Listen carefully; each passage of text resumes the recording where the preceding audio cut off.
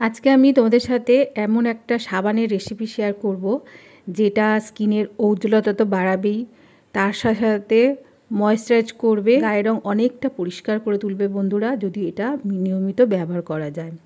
আর যেহেতু এটা হোমমেড, তাই এর মধ্যে কোনো পার্শ্ব প্রতিক্রিয়া নেই। কেমিক্যাল ফ্রি এই সাবানটার নাম হচ্ছে জাফরান সোপ বা কেশর সাবান। তো চলো দেখে নাও। প্রথমে আমার লাগছে জাফরান বা কেশর। এটাকে আমি একটা টিস্যু পেপারের মধ্যে মুড়ে নিয়ে নিচ্ছি। কয়েকটা দানা নিয়েছি, দেখতে পারলে টিস্যু পেপারে আমার ভালো করে মোড়া হয়ে গেছে।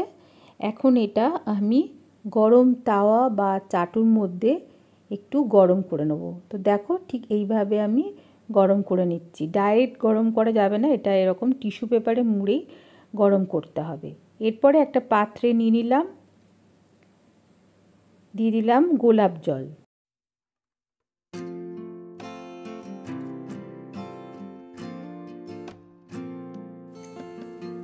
এখন দিয়ে দিলাম অ্যালোভেরা জেল। অ্যালোভেরা জেল প্রায় 1.5 চামচের মতো দিয়ে দিলাম। যা যা উপাদান মেশাচ্ছি বন্ধুরা, আমাদের ঘরে প্রত্যেকেরই এই উপাদানগুলো থাকে। তো দেখো, 1.5 চামচ আমি অ্যালোভেরা জেল মেশালাম।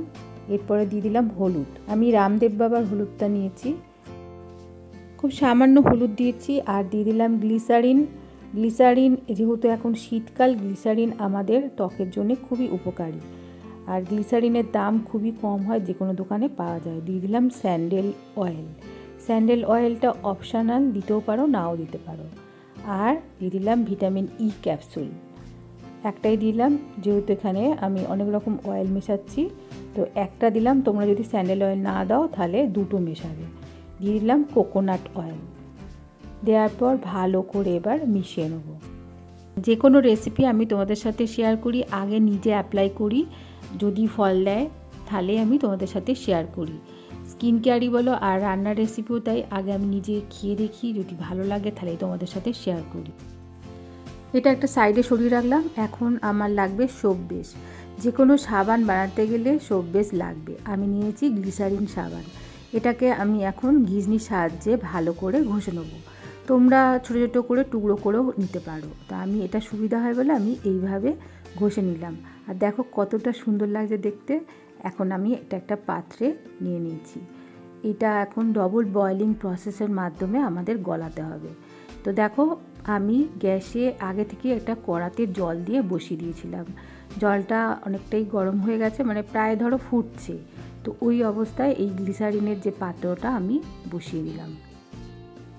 গ্লিসারিন সাবানটা আমার সম্পূর্ণভাবে গলে গেছে। এখন যে পেস্টটা বানিয়ে রেখেছিলাম সেইটা এখন ভালো করে এর মধ্যে মিশিয়ে নিলাম।